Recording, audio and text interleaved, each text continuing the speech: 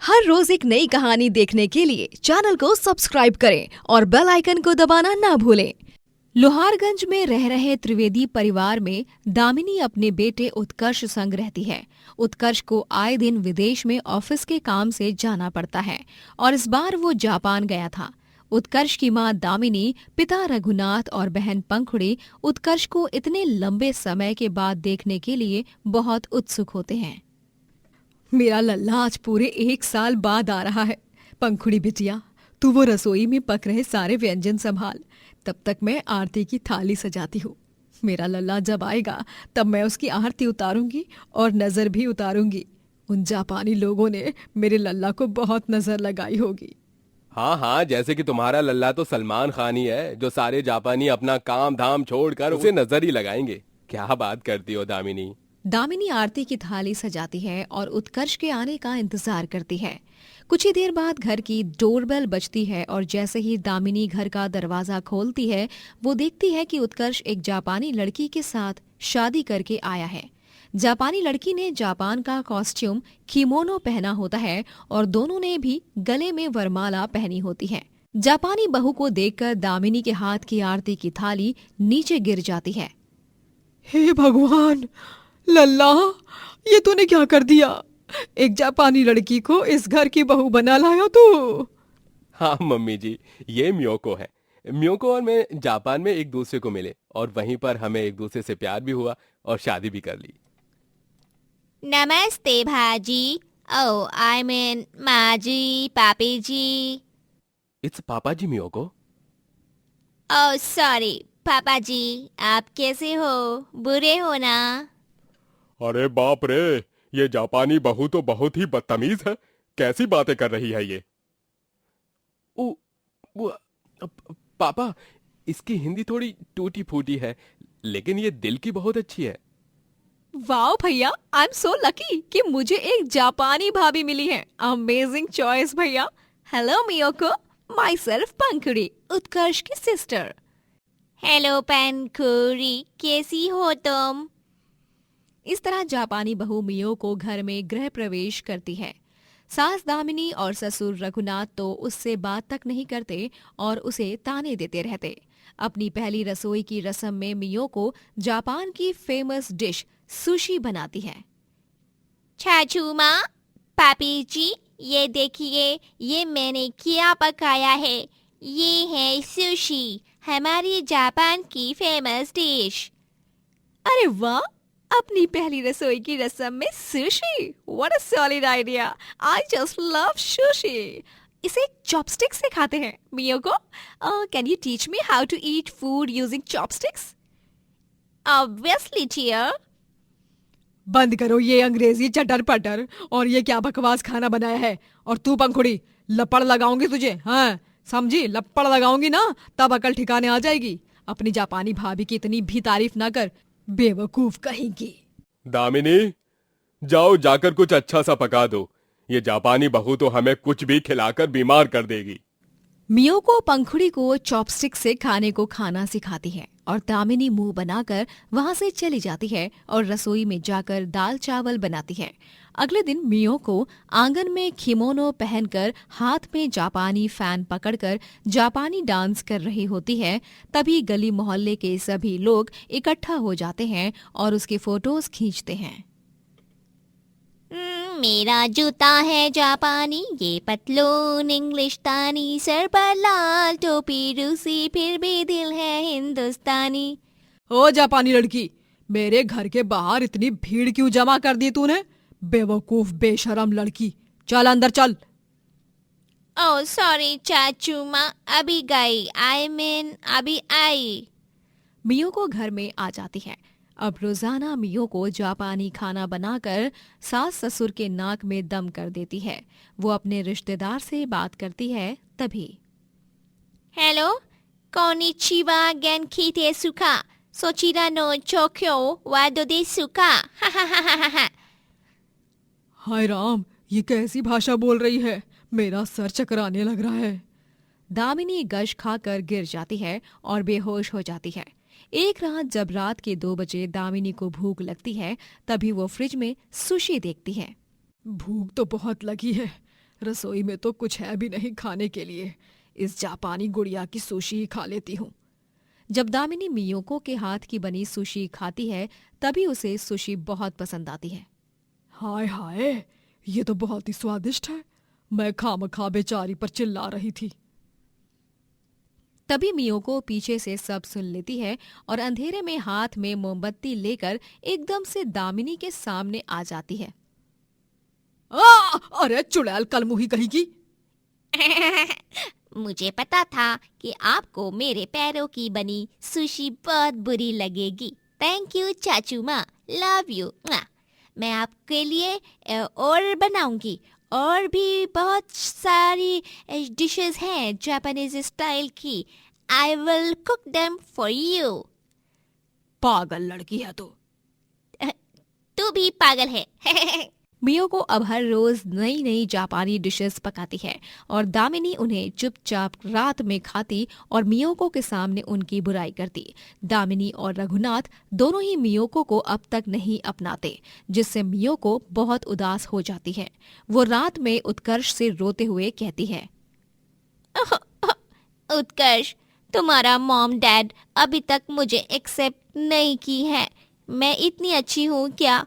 मैं तो एक बुरी बहू बनने की हर एक कोशिश कर रही है, फिर भी पापी जी और चाचू माँ मुझे प्यार नहीं देती। मियोको मेरी जान, अरे डोंट वरी, उन दोनों को तुम्हें एक्सेप्ट करने में थोड़ा और समय लगेगा। जैसे तुम दिल की अच्छी हो वैसे ही वो दोनों भी हैं। बस तुम जापानीज हो, विदेश से आई हो, इसलिए उन्हें तुम थोड़ी सी अजीबो गरीब लग रही हो।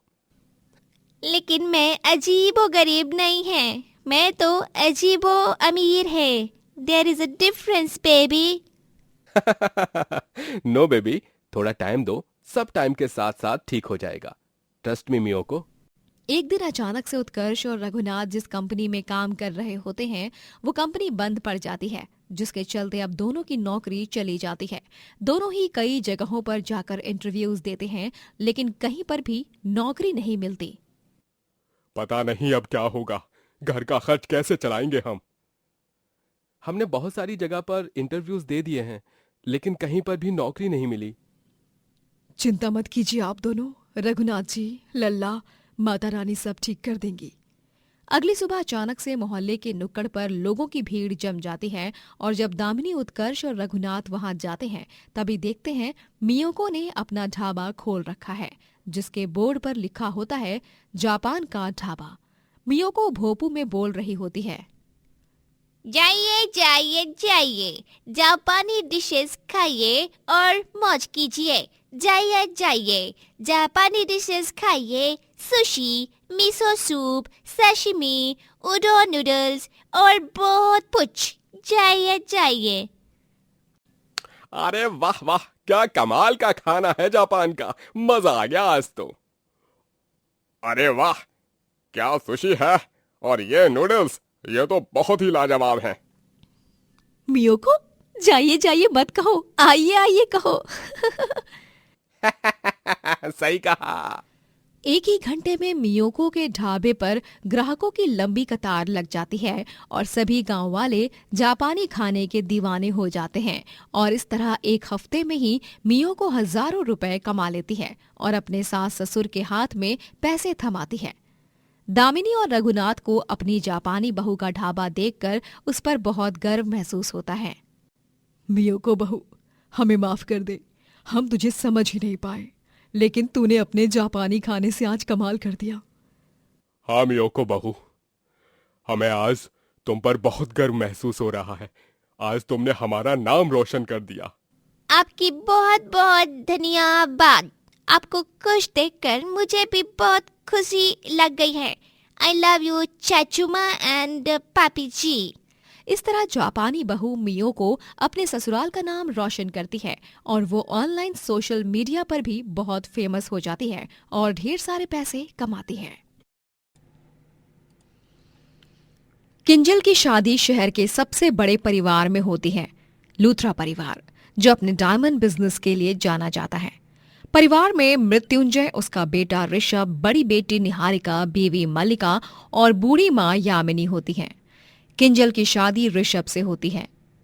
किंजल बहू, वैसे तो पूरे बंगलों में इतने सारे नौकर चाकर हैं ही, लेकिन फिर भी रस्म तो रस्म होती है। इसीलिए तुम्हें आज अपनी पहली रसोई की रस्म को पूरा करने के लिए एटलीस्ट एक डिश तो बनानी ही होगी। बस एक डिश? मुझे लगा बहुत सारा खाना बनाना होगा। वो क्या है ना मम्मी जी, मुझे कुकिंग करना बहुत पसंद है, लेकिन कोई नहीं, मेरी तो एक डिश ही हजारों डिशेस के बराबर होगी। किंजल अपनी पहली रसोई की रस्म को पूरा करते हुए स्वादिष्ट कड़ी चावल बनाती है और सभी उसे चखकर उसके दीवाने हो जाते हैं। अरे वाह वाह किंजल बहू, आहा, किंजू बेबी, ये कड़ी चावल तो एकदम लाजवाब बने हैं। हमारा जमाना याद आ गया, वरना आजकल कहाँ ऐसे स्वाद वाला कड़ी चावल मिलता है। आहा। अरे वेल डन बहू रानी, ये लो तुम्हारा शगुन। रियली आई मस्ट से, तुमसे उम्र में बड़ी हूँ, तुम्हारी ननद हूँ, तब भी मुझे इतना अच्छा खाना बनाना नहीं आता। लेकिन ये कड़ी चावल तुमने इतने डिलीशियस बनाए हैं कि बस पूछो ही मत। सभी किंजल की खूब तारीफ करते हैं। कुछ ही दिनों के अंदर किंजल अपने ससुराल वालों के दिलों में अपनी जगह बना लेती है और घर में उतनी किसी की चलती नहीं जितनी की किंजल की। इसी बीच निहारिका को एक लड़के से प्यार हो जाता है जिसका नाम अनुपम होता है। आई नो निहारिका, तुम्हारे घर वाले हम दोनों के रिश्ते को नहीं अपनाएंगे। तुम्हारी और मेरी शादी नहीं हो पाएगी। नहीं अनुपम, ऐसा मत बोलो। आई लव यू अनुपम। मैं तुम्हारे बिना अपनी जिंदगी को सोच भी नहीं सकती। तुम चिंता मत करो, मैं कोई रास्ता ढूंढती हूँ। तुम अपने भाई की बीवी यानी अपनी भाभी किंजल से बात करके देखो। वैसे भी घर पर तो सब उसी की सुनते हैं ना।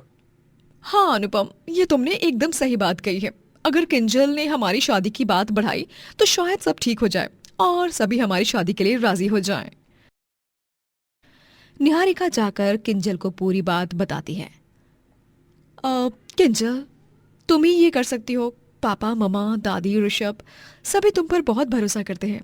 वो तुम्हारे डिसीजंस को ज्यादा बढ़ावा देंगे।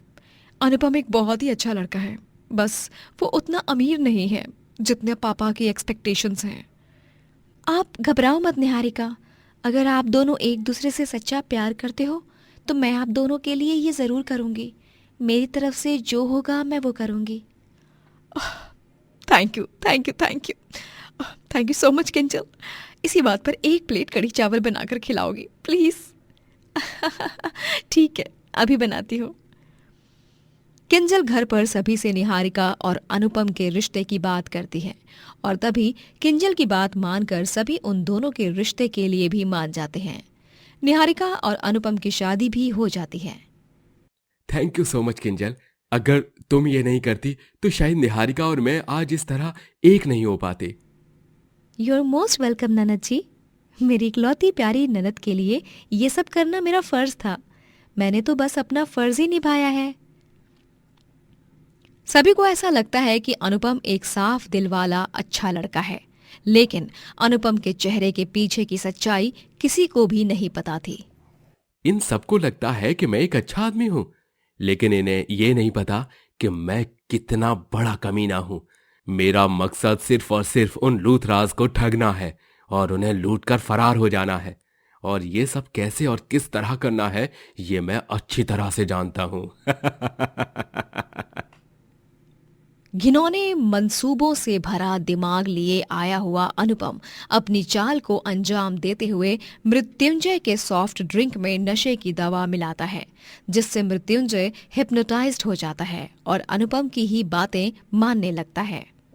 ओए मृत्युंजय लूथरा, चल जल्दी से इन सारे कागजों पर अपने दस्तखत कर। जल्दी जल्दी, मेरे पास टाइम नहीं है। जैसा मैंने कह रहा हूं वैसा कर। ओके अनुपम बेटा, अभी दस्तखत करता हूं। सही से करना। ये ले। अनुपम मृत्युंजय से नशे की हालत में बंगलों की तिजोरी के लॉक के पासवर्ड भी पता लगा लेता है और फिर करोड़ों के पैसे लेकर भाग जाता है। और अगले दिन जब तक सभी को अनुपम की इस दिल दहला देने वाली हरकत के बारे में पता चलता है तब तक बहुत देर हो जाती है। I'm sorry, मुझे माफ कर दीजिए। मैंने ही उस फरेबी चोर को लाई। पता नहीं क्यों ऐसा किया मैंने। क्यों शादी की उससे पापा? मुझे माफ कर दो, मेरी वजह से। नो निहारिका, रो मत, इसमें तुम्हारी कोई गलती नहीं है। जैसे उसने हमें फंसाया वैसे ही तुम्हें भी अपने प्यार के जाल में फंसाया। मृत्युंजय बहुत बड़े लॉस में चला जाता है। उन्हें अपने बंगले को बेचकर अब सड़क पर रहने की नौबत आ जाती है। सभी लोग उन पर हंसते हैं और उनका खूब मजाक उड़ाया जाता है। अखबार में भी ये खबर तहलका मचा देती है। कभी सोचा नहीं था कि जिंदगी में ये दिन भी देखने को मिलेंगे। सच में एक पल में ही सब कुछ बर्बाद हो गया हमारा तो। ये लीजिए, मैंने सबके लिए ये घास और भूसा लाई हूँ। इतनी कपकपाती हुई ठंड में हमें सड़क पर ही सोना है, इसीलिए हम सब बदन पर ये घास और भूसा ओढ़ कर सोएंगे ताकि ठंड ना लगे और किसी की भी तबीयत खराब ना हो। पुलिस अपनी कार्यवाही शुरू करती है। पूरे शहर में पुलिस की टीम अनुपम को ढूंढने लगती है। वहीं 2 रातें सड़क पर गुजारने के बाद लूथरा परिवार एक झोपड़ी बनाता है और पूरा परिवार साथ मिलकर उस झोपड़ी में रहने लगता है। भगवान जी, हम सब पर अपनी कृपा दृष्टि बनाए रखिए। ये दिन मुझसे इस बुढ़ापे में देखे नहीं जाते। फिर से वो दिन लौटा दो। हमने किसी का कुछ बुरा नहीं किया है, सबका अच्छा ही किया है। अगले दिन ऋषभ और मृत्युंजय दोनों ही नौकरी ढूंढने जाते हैं, लेकिन सुबह से रात तक दर दर भटकते हुए यहाँ से वहाँ जगह जगह जाने के बाद भी उन्हें नौकरी नहीं मिलती। लूथरा परिवार पर संकट के काले बादल छा चुके थे। इस बीच किंजल के दिमाग में एक सुझाव आता है। मैंने सोच लिया है, मैं एक ढाबा खोलूंगी जहां पर मैं कढ़ी चावल बेचूंगी। आजकल ढाबे ठेले वाले ये काम करके ढेरों पैसे कमा लेते हैं। लेकिन बहू। किंजल बहू, तुम्हें ये सब करने की कोई जरूरत नहीं है। हाँ किंजल, हम है ना, हम सब कुछ संभाल लेंगे। जॉब आज नहीं मिली, लेकिन कल या परसों तो मिल ही जाएगी ना। हम और इंतजार पर इंतजार नहीं कर सकते हैं ऋषभ। मैं नहीं चाहती कि मेरे परिवार वाले इतने दर्द से, इतने जोखिम से गुजरे, इसीलिए मुझसे जितना होता है मुझे करने दो प्लीज। किंजल अपना कड़ी चावल ढाबा खोलती है और कुछ ही घंटों में उसके ढाबे के बाहर ग्राहकों की भीड़ इकट्ठा हो जाती है। अरे कमाल है जी, दाम में भी मस्त और स्वाद में तो एकदम जबरदस्त। मजा ही आ गया इस कड़ी चावल को खाकर। मैं तो और 2 प्लेट खाऊंगा। जी जी, क्यों नहीं, ये लीजिए ना भाई साहब। बहन जी, मुझे 1 प्लेट अभी खाने के लिए दे दो और 2 प्लेट पार्सल दे दो। वाकई में मानना पड़ेगा, पूरे शहर में सबसे बेस्ट कड़ी चावल आप ही के ढाबे पर मिलती हैं। ऐसा स्वाद और कहीं नहीं है। धन्यवाद भाई साहब। ये लीजिए आपका पार्सल और आपका 1 प्लेट कड़ी चावल। किंजल अपने कड़ी चावल ढाबे से पैसे कमाकर अपने ससुराल वालों को संभालती है।